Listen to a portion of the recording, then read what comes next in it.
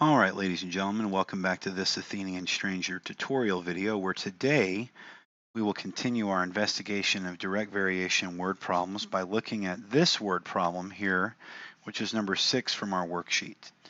Previous videos in the playlist will show solutions to the other problems, with the exception of number 3. But we'll get started here on number 6. A dishwasher uses 65 gallons of water to wash 5 loads of dishes. How many gallons of water would be used to wash 12 loads?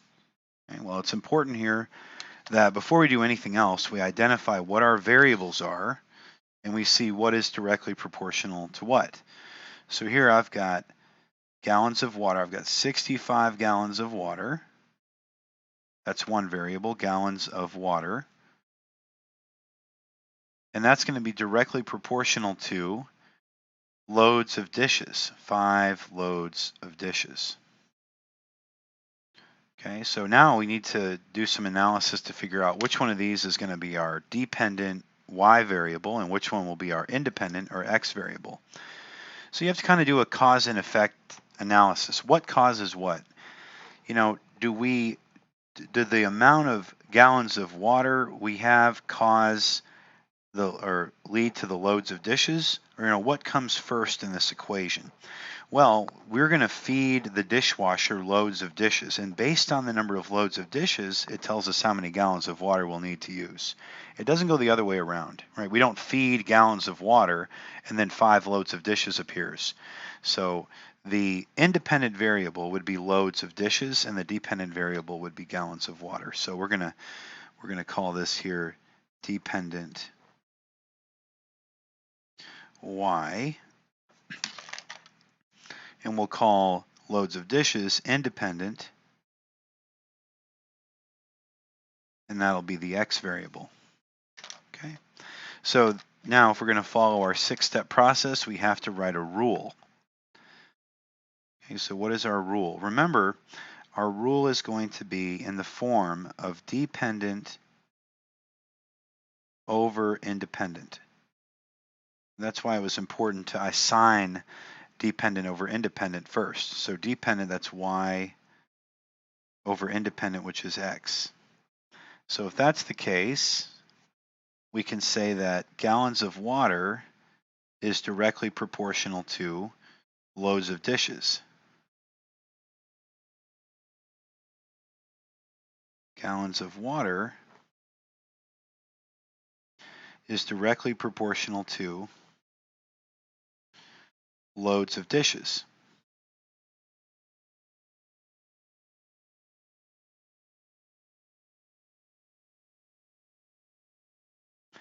Okay, and now we can kind of insert our values.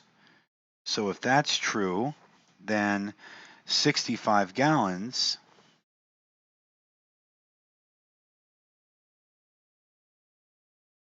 is directly proportional to 5 loads of dishes. Okay, and from that relationship, we can say the constant of variation is 65 over 5. And if we divide both the numerator and denominator by 5, we can reduce this down to 13. Okay, so both of these are acceptable. Constant of variation here.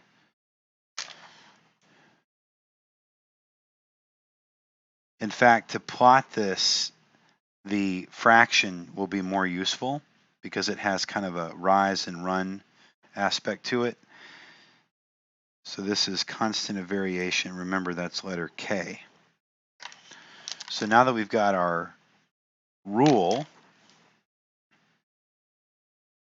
and we have our constant of variation, we can write our equation. Okay, so the equation is going to take the form y equals kx. Okay, well, if that's true, then the equation for this problem would be y equals, and again, you could write 65 over 5x or 13x, because those are equivalent.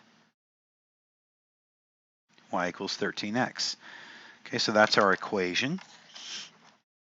And that is in the form y equals mx plus b, the slope-intercept form equation of the line. And so that would be 13x plus 0, giving us a y-intercept at the origin. Well, now we need to draw a graph. Okay, so sharpen your pencil or use a mechanical pencil, that'd be preferable. And we're going to draw a graph. And I'm going to give some assistance here on drawing this graph, because if you draw the scale wrong, which I did on a previous attempt to solve this problem, you'll have to erase everything and start over. So we need a quadrant 1 graph here. Be super precise on this if you can, please. So this is the y-axis. This will be my x-axis down here.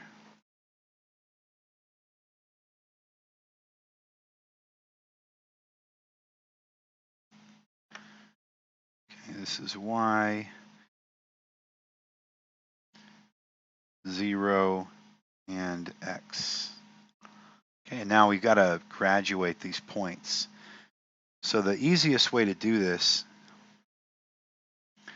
is by graduating these points in increments of 10 on the y-axis.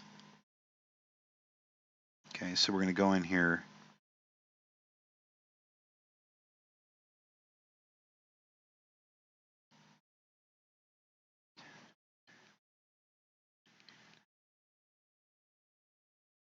Good.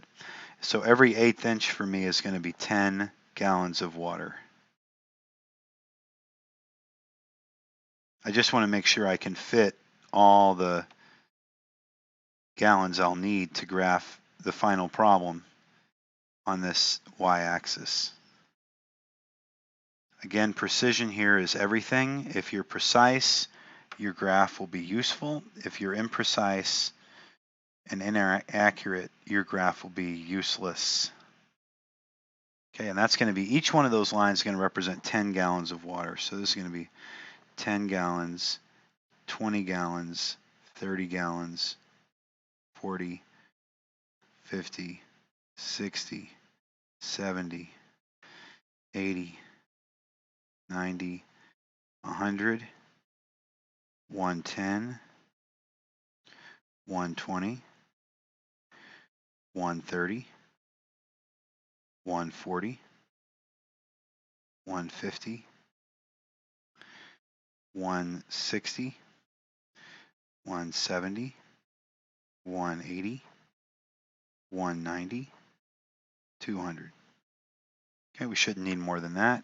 And now on the x-axis, we'll do the same kind of thing, but notice on the x-axis, I really only need to go up to 12. Okay. On the y-axis, I needed to go way past 65, because I know I needed 65 gallons just to wash 5 loads of dishes, so I'm going to need more than twice that to wash 12 loads. So on the x-axis, I only need to go up to 12.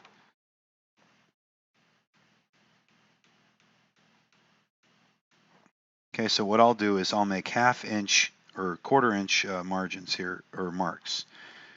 That'll be 1 load, 2 loads, 3 loads, 4 loads, 5 loads, 6 loads, 7 loads, 8 loads, 9 loads, 10 loads, 11 loads, 12 loads.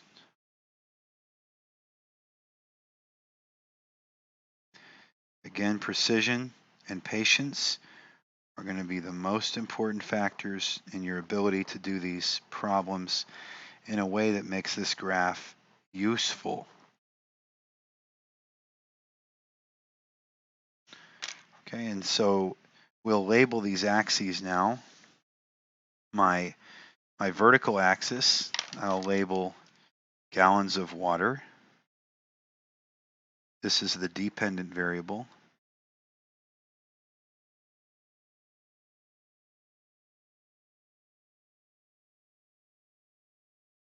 And the independent variable, or the x-axis, will be labeled loads of dishes.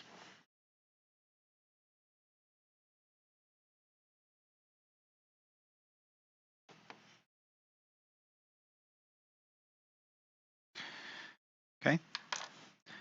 Now, we can plot in the line that we're given. Again, we're going to start at 0, 0. That's the y-intercept. And now we do a rise over run. So we could go up 13 over 1, but that, if I do that, I'm going to be working in this tiny little area right here, and I won't be precise. So I'm going to use this 65 over 5 because that's more human scale. I'll be able to draw in a more accurate graph. So again, take a colored pencil or something that you have and go up to 65 on the y-axis. So that would be halfway between 60 and 70. You'll have to eyeball it. Make sure your protractor or ruler is exactly parallel to the x-axis here, otherwise this won't work. And we're going to draw in, I need to move this down just a bit. I can't tell you how much precision will matter here. We're going to draw in a dotted line going clear across the graph horizontally. Okay, precision matters. There, now I'm going to do the same thing. I'm going to start here at 5 loads and go up. See where those two lines intersect.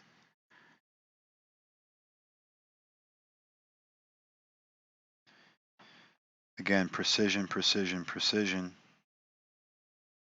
Take the time to make sure this is parallel to the y-axis.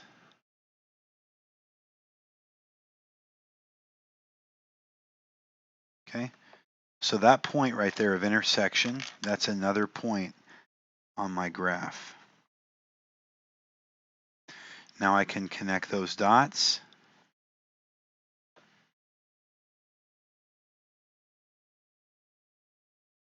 Draw yourself a big graph here.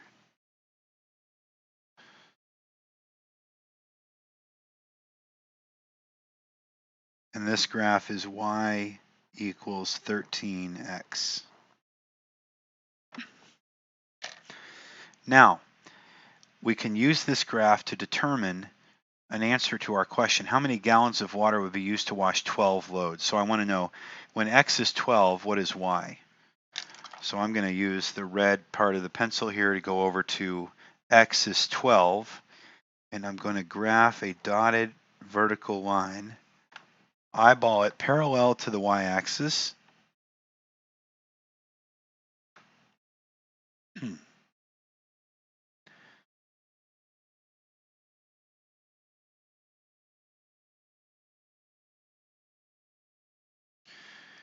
Okay.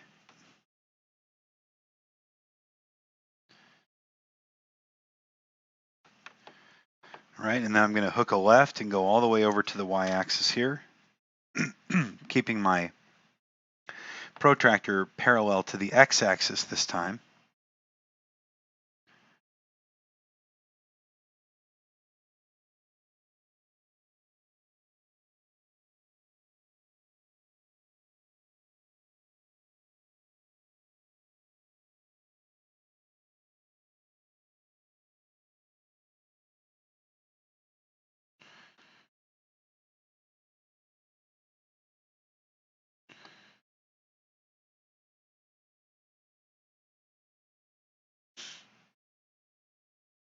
Okay, now according to this graph,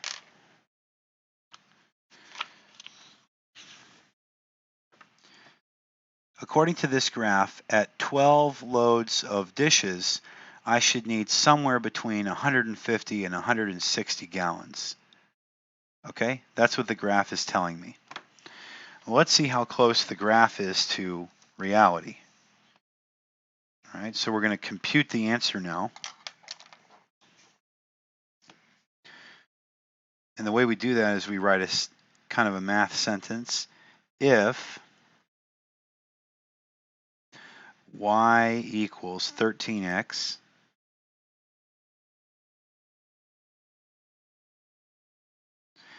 and x equals 12, then y equals 13 times 12.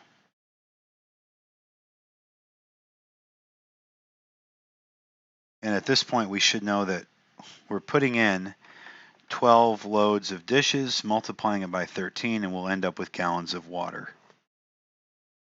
Okay, so what is 13 times 12? If you don't know it off the top of your head, just use calculator, and you get 156. So y equals 156 gallons. And that is good. I mean, that's what we thought it would be, between 150 and 160. And you can see how the graph that you draw is only kind of a good approximation of the real answer, but it is a good way. We're getting accurate data here within a certain error margin. So we'll put this answer in a box.